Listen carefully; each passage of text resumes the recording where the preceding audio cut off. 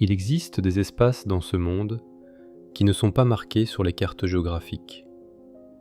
Des lieux où quelque chose d'invisible se produit pendant que tu respires, travailles, dors.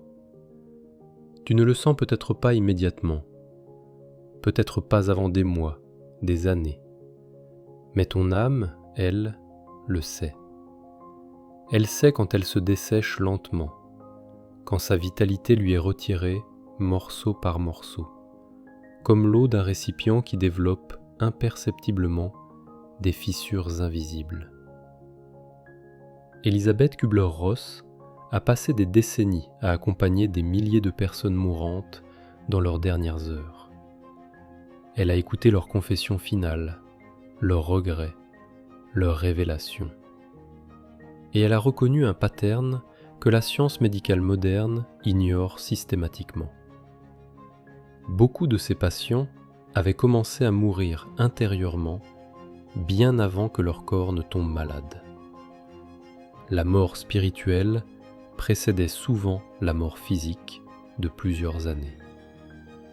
Et cette mort intérieure avait toujours une adresse géographique et émotionnelle. Elle avait un lieu spécifique, un environnement toxique, un territoire hostile à l'âme. Ce que Kübler-Ross observait n'était pas une métaphore poétique sur la dépression ou l'épuisement professionnel. Ce n'était pas une exagération spirituelle New Age.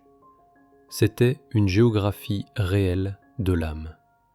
Une cartographie invisible où certains environnements agissent comme des champs gravitationnels qui éteignent systématiquement la lumière de vie en nous.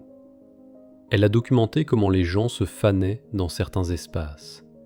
Leurs yeux devenaient plus ternes avec le temps, leur voix plus faible, leurs rêves plus petits, plus contraints.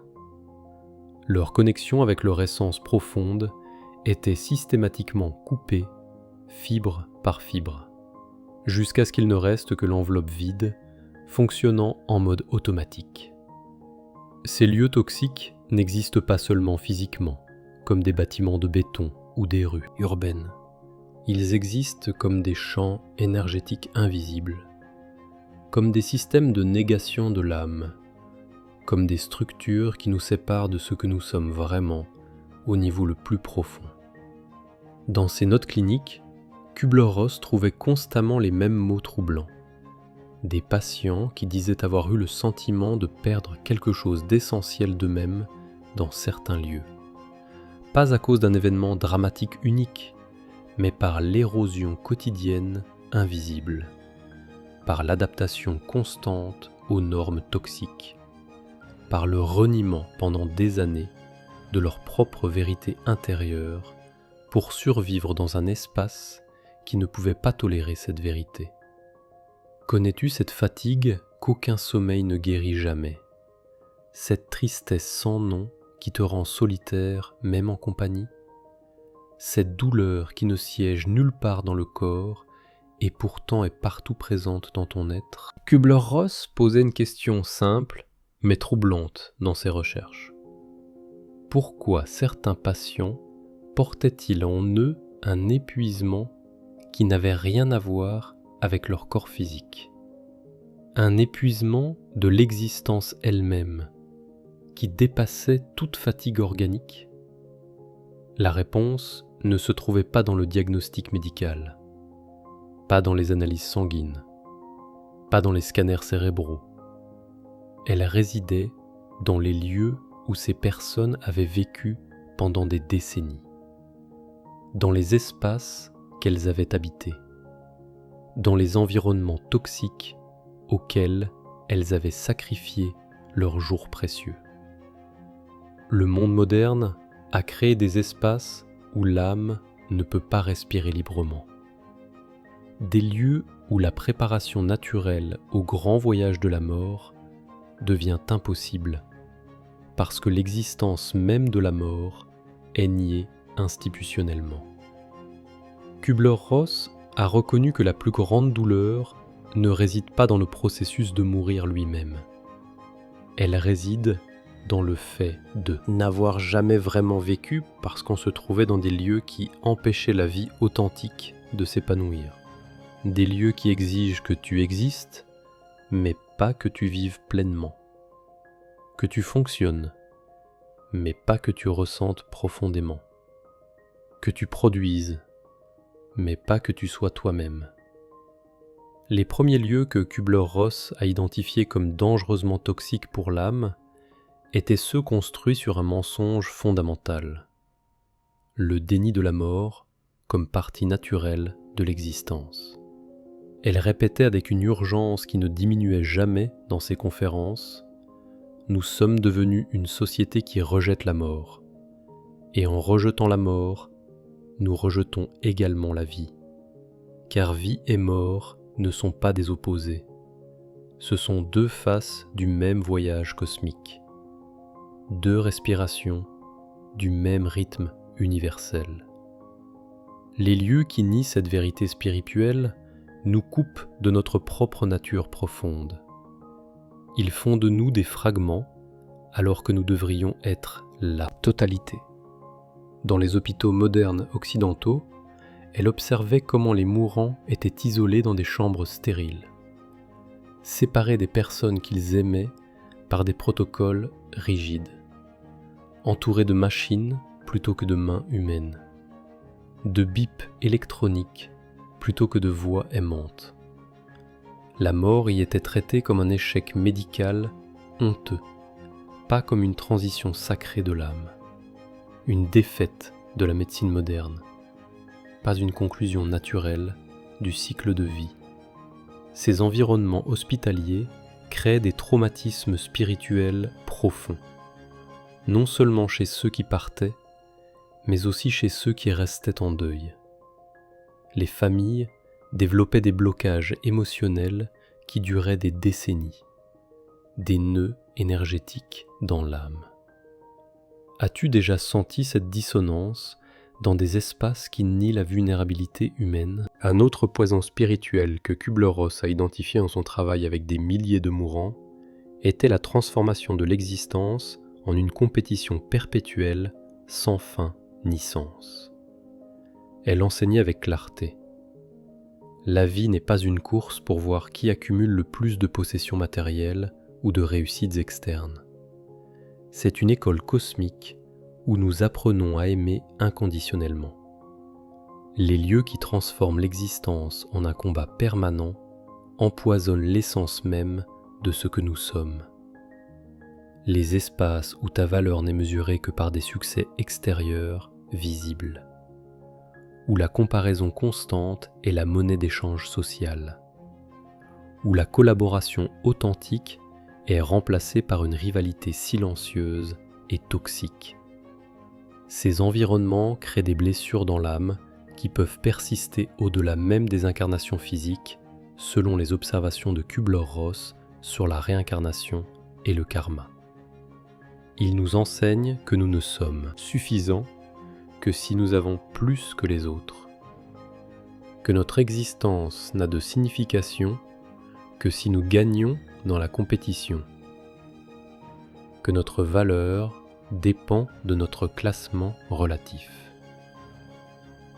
Kübler-Ross remarquait chez les personnes qui vivaient dans de telles cultures toxiques ce qu'elle appelait le durcissement prématuré de l'âme, une rigidité spirituelle qui bloque la capacité fondamentale de donner et recevoir de l'amour authentique.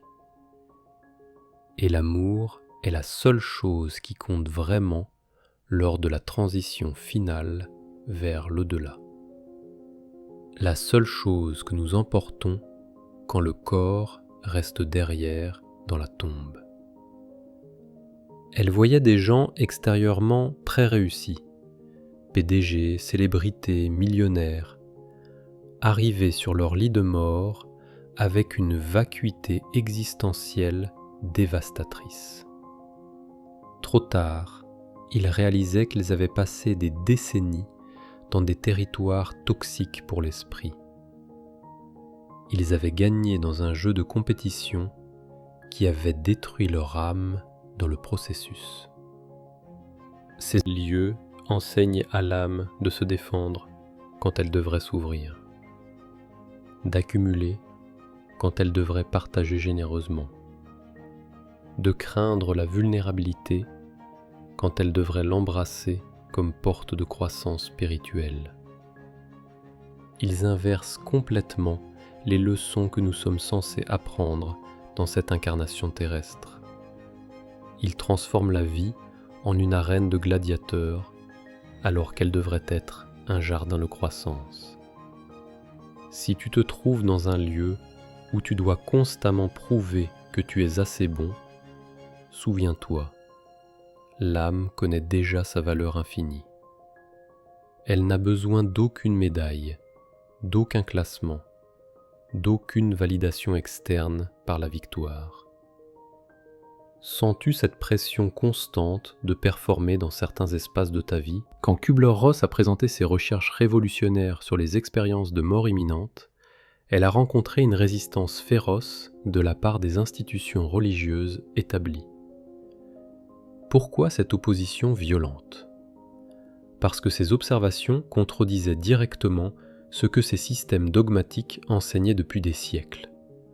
Un Dieu de punition et de jugement. Un amour divin conditionné par l'obéissance. Un paradis accessible uniquement par la soumission aux règles institutionnelles. Elle témoignait que les personnes élevées dans des environnements religieux rigides et dogmatiques portaient souvent une terreur spirituelle profonde quand elles mouraient. Exactement l'opposé de ce qu'elles auraient dû ressentir selon leurs croyances. Elles craignaient le divin parce qu'on leur avait enseigné que Dieu les jugerait sévèrement, que leurs erreurs humaines les damneraient éternellement, que l'amour divin devait être mérité par la perfection morale. Ces espaces de dogmes inflexibles rendent l'âme malade, parce qu'ils remplacent la connexion directe avec le sacré par des intermédiaires humains qui contrôlent l'accès, parce qu'ils transforment l'évolution spirituelle naturelle en un système de récompense et de punition basé sur la peur, parce qu'ils enseignent que tu n'es pas digne de l'amour divin sans l'approbation institutionnelle de l'autorité religieuse. Kübler-Ross était catégorique dans ses conférences. Les enfants mourants en savent plus sur l'amour de Dieu que tous les théologiens réunis de toutes les époques. Les lieux qui compliquent, conditionnent et militarisent l'amour divin sont toxiques pour l'âme, parce qu'ils nous éloignent de la vérité simple que chaque âme connaît déjà intuitivement, que nous sommes aimés inconditionnellement par la source, que nous n'avons jamais été vraiment séparés du divin, que le chemin du retour à la maison cosmique est toujours ouvert pour chaque âme. Le conflit se manifeste ainsi dans ces institutions. Les religions qui promettent le salut créent souvent d'abord les démons intérieurs qu'elles offrent ensuite d'exorciser contre soumission. Elles rendent d'abord l'âme malade avec la culpabilité toxique, la honte paralysante et la peur du jugement divin. Puis, elles vendent la guérison à travers des rituels contrôlés et l'obéissance aveugle aux autorités. Si tu te trouves dans un lieu qui prétend connaître le seul et unique chemin vers Dieu, qui traite le doute spirituel comme un péché mortel, qui punit les questions honnêtes et exige une foi aveugle sans réflexion, alors sache ceci, ce lieu craint ta connexion directe avec le sacré. Ressens-tu cette séparation du divin dans certains espaces religieux? Kübler-Ross n'a pas seulement identifié les lieux toxiques qui empoisonnent l'âme, elle a également cartographié où l'âme prospère et s'épanouit spirituellement. Où l'amour inconditionnel existe authentiquement, la guérison devient possible. Où la présence consciente règne, la vraie vie commence à s'exprimer. La libération de l'âme commence quand nous reconnaissons que nous avons le choix de où nous investissons notre force vitale précieuse. Nous ne sommes pas des victimes impuissantes de nos environnements. Elle observait que les personnes qui, même dans des circonstances limitées, créent de petits sanctuaires d'authenticité, un coin pour la contemplation silencieuse, des relations où elles pouvaient être complètement vulnérables, un travail aligné avec leur but d'âme. Ces personnes préservaient leur vitalité spirituelle même dans des corps affaiblis. L'âme saine, selon les observations de Kübler-Ross, n'a pas besoin de grandeur extérieure ou de réussite matérielle. Elle a besoin de lieux où elle peut respirer sa propre vérité, où le temps linéaire perd sa tyrannie, où une connexion authentique se produit entre les êtres, où la finitude est honorée au lieu d'être niée par déni. Elle témoignait que les mourants les plus paisibles n'étaient pas ceux qui avaient évité tous les lieux difficiles de l'existence. C'étaient ceux qui avaient appris à ne pas habiter intérieurement dans des espaces de déni, de compétition, de contrôle ou de séparation du divin, même s'ils y étaient physiquement présents par nécessité. La liberté silencieuse de l'âme ne dépend pas de fuir géographiquement tous les environnements toxiques de la planète. Elle dépend du développement de la clarté intérieure pour les reconnaître quand on les rencontre, du courage de limiter leur influence quand c'est possible, et de la sagesse spirituelle de ne pas permettre qu'ils définissent qui tu es au niveau le plus profond. Car, comme Kübler-Ross nous rappelait constamment, tu es tellement plus que ce corps temporaire, ce moment présent, ce lieu physique. Tu es une âme éternelle en voyage temporaire à travers la matière. Et les lieux qui te rendent malade n'ont que le pouvoir que tu leur accordes par ton identification avec eux. Reconnais-les avec honnêteté. Nomme-les sans peur. Limite leur accès à ton être le plus intime et sacré. Car la plus grande dignité ne réside pas dans le fait de ne jamais être blessé par les circonstances. Elle réside dans le fait de savoir, malgré toutes les blessures, que ton essence reste intouchable et pure. Le monde est rempli de lieux qui peuvent nourrir ton âme si tu es prêt à les chercher activement. Quel lieu dans ta vie épuise le plus ton âme sans que tu l'aies pleinement réalisé ?